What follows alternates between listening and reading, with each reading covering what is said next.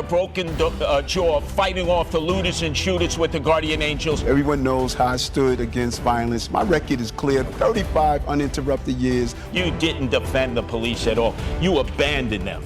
I will never abandon the police department. You're acting like my son when he was 4 years old. Show some discipline so we can get to all of these issues. And this is special coverage of the final debate for New York City mayor. This is WINS WNEW HD3 New York. Good evening, everyone. I'm 1010 Wins reporter Juliet Papa. You were just listening live here to the mayoral debate between Democrat Eric Adams and Republican Curtis Sliwa. Now we are here for our live post-debate our analysis and conversation. I'm joined now by our 1010 Wins host of The Bottom Line on small business and former Small Business Services Commissioner Rob Walsh. He's been involved in New York City politics for many years. Also joining us, veteran political analyst and advisor Hank Sheinkopf, who's been part of the 1010 Wins In-Depth podcast on the mayoral race. Gentlemen, good evening. Well, that hour went by pretty quickly and pretty exciting. So one of you can tell me, start off first, Rob, who was more effective and on what issues was he effective? Well, I try to make notes before the debate thinking, where was this going to go? And I said that, and rightfully, that Sliwa is going to turn up the volume and be very aggressive and be very proactive, and he's going to try to reach out as much as possible, given the fact that he has a lack of resources. And he was tough, and he was aggressive, and he kept going at, Adams as much as he can, linking him to de Blasio, almost every topic. We heard that. Yeah, Hank, how effective was that, do you feel? Because he did that too in the last debate as well. It'll be interesting. I think some people are turned off when people turn up the volume on that, and then I think there's others. We are in New York. That they like good fighters. They like folks who are defending, the underdog and pushing hard. Yeah. So Hank, do you think he won sort of on points, Sliwa, given the fact that he was really making that direct connection and really boring in on that? Because this is a Democratic town and because Democrats outnumber Republicans in registration so significantly, probably 6.5 or closer to 7-1, Sliwa had no choice but to land as many body blows as he could. Yeah. Why? To try to get more people to vote on a line, frankly, the Republican line, that's lost a great deal of, shall we say, credibility and in New York, a lot of luster since Donald Trump. So it's very hard and it's a very tough battle for him. And that's the best he could do and the smartest thing he could do. But do you think any Democrats could sort of defect? Let's say there's a moderate Democrat who says, well, he speaks to me on the issues of, crime or congestion pricing or homelessness. Where do you think, or did he score points on those issues? I think he did score points, frankly. And I think there are disaffected Democrats who will move to him. The real issue here is there a Republican Party? If Sliwa gets above 20, well, there is a Republican Party. If he gets far below 20, there is no Republican Party in New York City. And that's really part of what is important here. Yeah, I'm going to play this exchange here. So here we go. And I would give him a B plus as a grade. So we have a B plus and B plus? We have a B plus and an F. Thank you, gentlemen. That's social promotion at its worst.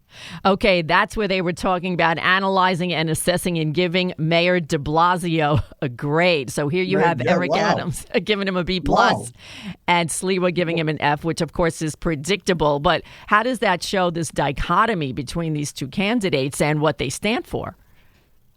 I was really surprised by the B plus grade. I have to tell you, I did not expect that from them, given the conditions of the city and what we've heard on crime going up and the economy, being where it is, the quality of life issues that we've heard, leadership issues that we've heard, and he gave him a B plus. I was trying to guess it. I thought he was going to duck the question and say, I'm not giving him a grade, but to give this mayor a B plus, I was surprised by that. I wasn't surprised. Yeah, Hank. Two big errors made here by the man who's likely to be the mayor, Eric Adams. One, giving Bill de Blasio a B+. Bill de Blasio's public opinion numbers are extraordinarily bad. They're in the toilet, for back-a-letter terminology. And anybody who walks outside their house, sees three guys lying on the street doing who knows what, will feel just the opposite. That's one. Two, the other mistake he made, frankly, was saying he'd give public sector workers, he'd ask them to take a 3% pay cut. Well, that's not the wisest thing to do when you need people to help you get a turnout to show you're the king of the mountain. And the public sector workers are not, nor the union leaders are going to forget that. That's not a good idea. Well, you know, Mayor, I think that just to clarify that point, I think he was talking about agencies getting yes. 3 to 5% cuts in their budgets. Right, but Rob, didn't Mayor a 3 to 5% cut in the budget is nothing. I think he's going to face something far greater than a 3 to 5% cuts in city agencies. Well, in fact, didn't Mayor Bloomberg do that? I think on an annual basis, he was asking for cuts from agencies every year. Rob, is that correct, or was that? We had double figures when we walked in, and I thought I was a champion, of figuring that out. And then 3 weeks later or 4 weeks later, we had another 10% cut. Mm-hmm. We all had to cut and be lean and effective, and we had to consolidate some agencies, and that's exactly what has to happen now. Right. Now, well, very likely so. Go ahead, Hank. We have a very serious financial crisis that no one wants to face up to, that is going to be more significant. The numbers people are talking about are based on what was before the COVID crisis and what appears now. And when they say, oh, we're doing much better compared to what? Look, Eric Adams won this debate. Why? Because he was the mayor. The insurgent generally never wins, and here was the perfect case. Sliwa insurgent, Adams mayor.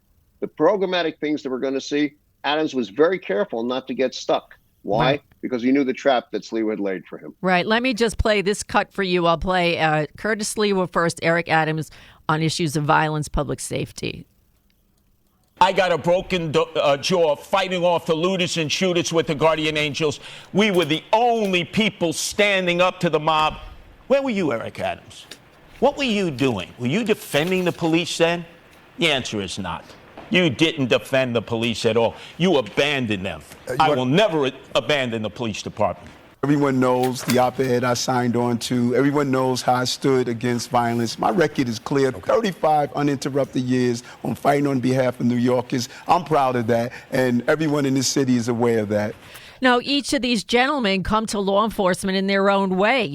Eric Adams was a captain in the police department, and Curtis Sliwa was out there as a street fighter, so to speak, protecting New Yorkers. So who do they appeal to? Or do they appeal to everybody in their own particular way? What is the appeal with their arguments and their experience? Distinctions are different. Look, being a guardian angel is a lot different than being a uniformed police officer with a bulletproof vest on, going through doors and not knowing what's on the other side. Eric Adams' experience, frankly, is much more significant, and people are not stupid. They know the difference. Look, crime, Slee was right. We're down 2,000 detectives as a starter. We're down 1,500 school safety agents. De Blasio has made a great mess of all of this. Eric Adams is the cop. Therefore, people will believe that he can fix the situation going forward. They're not likely to believe that Curtis Sliwa in comparison can. And Rob, what do you say to Eric saying he wants to bring that anti-crime unit back or an anti-gun unit back? There's been just pushback about that. And the mayor did get rid of it, although my understanding is the NYPD, what they did is basically sort of dispersed the unit in full and put these detectives in each particular precinct and neighborhood, and that's how they are fighting it. But do you think it's a good idea to bring back that unit? Do you think that's what people want because there are concerns about safety and guns on the street? Yes, I do. I mean, I still speak to a lot of neighborhood organizations, community-based organizations that have seen a high spike in crime, particularly with guns on the street, looking for solutions. I hear in a number of neighborhoods, and this is what community leaders say to me, a police force in some cases that are sitting on their hands because they're afraid of the actions that would be taken against them. And I think I think Eric Adams got the nomination because he came out of the NYP during a time where our quality of life and crime was high. And a lot of people, pulled that lever because of that issue. It's going to be strong. I think New Yorkers look at Eric Adams. He knows NYPD.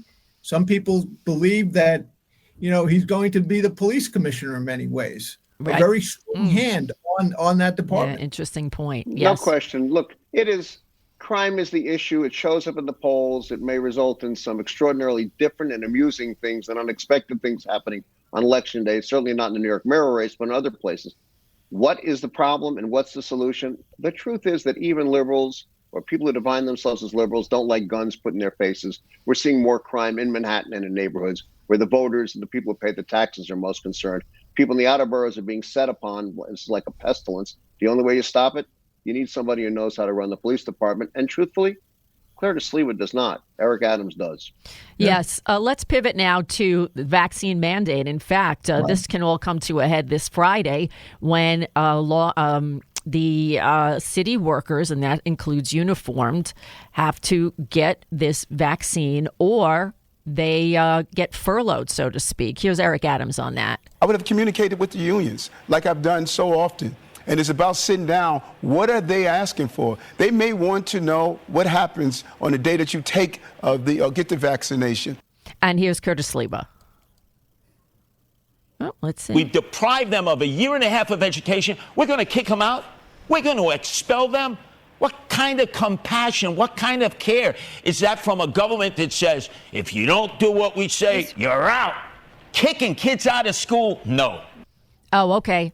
I misunderstood. I thought that was about the mandate. But in fact, what Curtis Sliwa said was he didn't think that there should be a requirement. He thinks that everybody's going to get fired. He says, what's wrong with the weekly testing as has been going on? This is all going to come to a head. Do you think in reality, one of these candidates, whomever becomes mayor, is going to be able to change this mandate, or is this going to be sort of stuck in legal limbo somewhere? Collective bargaining issues. This is what one of the things it really is. If you're going to ask people who are unionized to do a particular thing, you really should talk to their labor leaders so they can make a deal about it and not run off half-cocked. The real question here is management. Who's a better manager and who'll manage our problems? And the vaccine mandate could be one of those issues. Eric Adams comes across, frankly, as a better manager talking to the camera. Curtis Sliwa comes across as a guy who wants to throw a bomb and force the incumbent off his edge. Adams just looked better in the whole discussion. Whether Sliwa was right or wrong is not the question. Adams looked better. He looked like a mayor. Yes. And don't you think he looked more restrained? I mean, he wasn't even reacting or even looking at Sliwa, who was standing next to him. He was sitting there, and he has a big smile, very effective smile. And that wasn't happening. He was really very controlled. He wasn't even going to look when it came time to ask a question of the other candidate. I'm not even going to go there. I'm not going to give him any more airtime. I'm just going to sit. I'm going to take the body blows. I know, I'm calm, cool, and collected on this thing. I'm not taking the bait. Right. So, so this was his to lose, in a sense. This was his debate to lose. Well, Rob is right. If you want to know what the mayor is going to look like, what the Adams mayoralty will look like, you saw it tonight. Very disciplined, very direct, very impossible to move, and very careful not to show true feelings. And that's kind of the way a good politician, a good mayor should function. You want to get angry? Get angry in your office. You want to get the job done? Don't let your opponents know what you're feeling or thinking. It's the way it is. That's good management skills, and that's what Adam showed this evening. All right. We have about a minute, 45 seconds left. So just quickly, gentlemen, do you think Eric Adams, once he gets into that seat at City Hall, do you think he's going to have that discipline? Do you think he's going to be able to pull all these levers? And sometimes you have to do that simultaneously. 10 seconds, each of you. Hank. Bet on Eric Adams to be very successful. Everyone has a tough first year. Once he gets through that first year and he gets through budget, crime, and homelessness and comes up with a plan, he'll be fine. Okay. 10 seconds, Rob. I would agree with Hank. I mean, the way he's approached this whole, candidacy and race for mayor, be prepared Be calm, be collected. I mean, he has handled this in a way that we would want a mayor to handle things. Okay, thank you both. Rob Walsh, thank you, Hank Sheinkopf, for joining us here on 1010 Wins, and thank you, listeners, for tuning in. We're going to go back to Lane Bajardi, Sonia Rincon, and Samantha Liebman to bring you more on the debate and all the other news of the day. But you can join us now on the 1010 Wins Facebook page for further debate, discussion, and analysis. And we can take some of your questions there on Facebook. Once again, head over to the 1010 Wins Facebook page. You'll be able to hear the entire show tonight on our website, 1010wins.com. I'm Juliet Papa. Thank you for listening.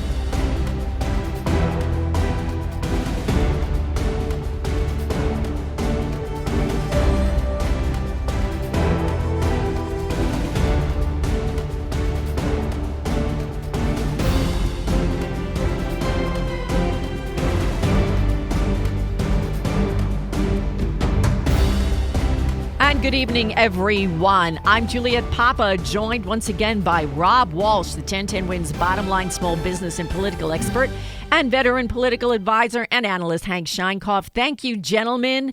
And how would you characterize this final debate? We just heard the final debate between Curtis Sliwa, Eric Adams for the mayoralty of New York City. Of course, Election Day is November 2nd, and early voting is underway right now, so people are still making their decisions. We heard them for 1 hour this evening.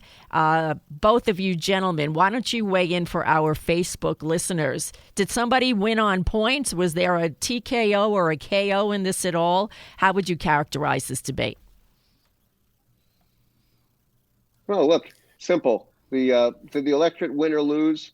Well, depends how you view it. There'll be an election on Tuesday. It's likely the Democrat will win. His name is Eric Adams. Was it a TKO? The insurgent was a fellow named Curtis Sliwa, who happens to be running as a Republican in a city where Republicans don't generally win unless there's an extraordinary crisis. We go through the history of that at any time anybody wants. But there is a crisis, but Adams was able to occupy both places at the same time, the mayor and the guy who absorbed the punches, which means that he's prepared to lead and he's disciplined enough to do it. Yeah, and Rob, go ahead. I expected Curtis Sliwa to be aggressive, to turn up the volume to every chance he could to link. I said earlier today, the way it looked like he was linking Adams as if he was a twin brother. He called him a political advisor. He called him a teammate. He every chance he could was reminding, voters of this so-called relationship between the two.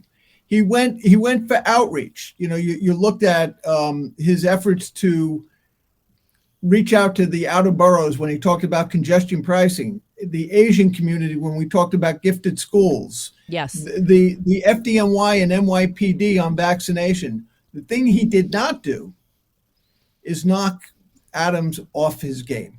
Well, he did not do that, and he had to do that tonight. That was not done. Well, I will tell you, I thought the points made between the two candidates were very interesting on, let's say, congestion pricing. Eric Adams says he does support it. He says he supports waivers and to encourage and also encourage mass transit. But waivers, you have to start saying, all right, who's going to start lobbying for waivers? What special interest groups are going to start lobbying for waivers? And then Curtis Sliwa says this is a tax on anyone from the outer boroughs. It's he says let's deal with fare evasion and let's start dealing with all the money that's being lost in fare evasion. And I know personally people who live in Upper Manhattan who are saying that people are already coming in and like checking out parking spaces so they can park there and then take the subway where they would have to go to work. This is already becoming an issue and becomes this ripple effect. Where are we on that issue, and how do you think what's realistic about what either candidate or both of them are saying, or is it not realistic? Look at the direction of what they were doing. Curtis Sliwa, trying to build some kind of base to get some kind of vote, was talking to Staten Island, portions of Brooklyn, and Eastern Queens. That's who he was talking to, and a small sliver of the Bronx. People who distrust the city and the state's plan for congestion pricing, people who see it as a tax, people who don't want to be inconvenienced, and they have a general center-right sense about government. Everybody else, well, the environmental world says, do what you got to do. So Sliwa was talking to people that probably would listen, and a lot of people, frankly, who are not going to be listening at all to him. And Rob, I know you just mentioned too. What was it? The bike lanes? Did you just mention the bike lanes and also the restaurants? Eric Adams says, yes, we should be keeping the outdoor kiosks, but reevaluate the structures. And Curtis Sliwa is saying, I don't think so. And let's discuss what else is interfering with. I think they were both along the same lines. I don't think there was too much disagreement on the outdoor dining. Sliwa said that some of them were much too large. Yes. And in some cases, I would say he's probably right on that. But so did Eric Adams. Eric Adams said, we have to reevaluate. We want to keep the energy, because this has been good, for the city in many ways. But we have to reevaluate the ones that are going over sidewalks, the ones that might be too large, the ones that might be unsafe. So I didn't think there was too much of a difference on that. And quite frankly, I'm not sure that's a tipping point for voters. What about what Curtis Sliwa said, and I guess we would have to check the accuracy, that Eric Adams received 14 tickets for, driving through, speed zones, red lights. Yeah. That was a new one. What was the point he was trying to make about the opposing candidate there? Well, this was the point. Yeah, this is the point about biking, I think. This was a point about, Correct. Of course you're a biker, because, when you get behind a wheel, you're unsafe. I think that was the point from my recollection and notes. But Hank, once it got past talking about real issues, it got kind of silly. It was a silly kind of thing. Talking about violence, guns, not being with the gangs, that was a pretty good hit. Being a fancy guy was a pretty good hit.